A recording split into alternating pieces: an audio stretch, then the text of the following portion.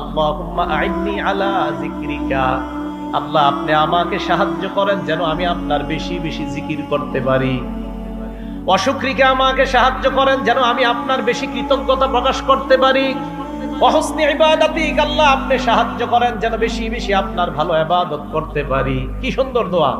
আল্লাহ সাহায্য করেন যেন আপনার জিকির বেশি করতে পারি, সাহায্য করেন যেন আপনার শুকরিয়া বেশি আদায় করতে পারি, সাহায্য করেন যেন আপনার ভালো ইবাদত বেশি করতে পারি।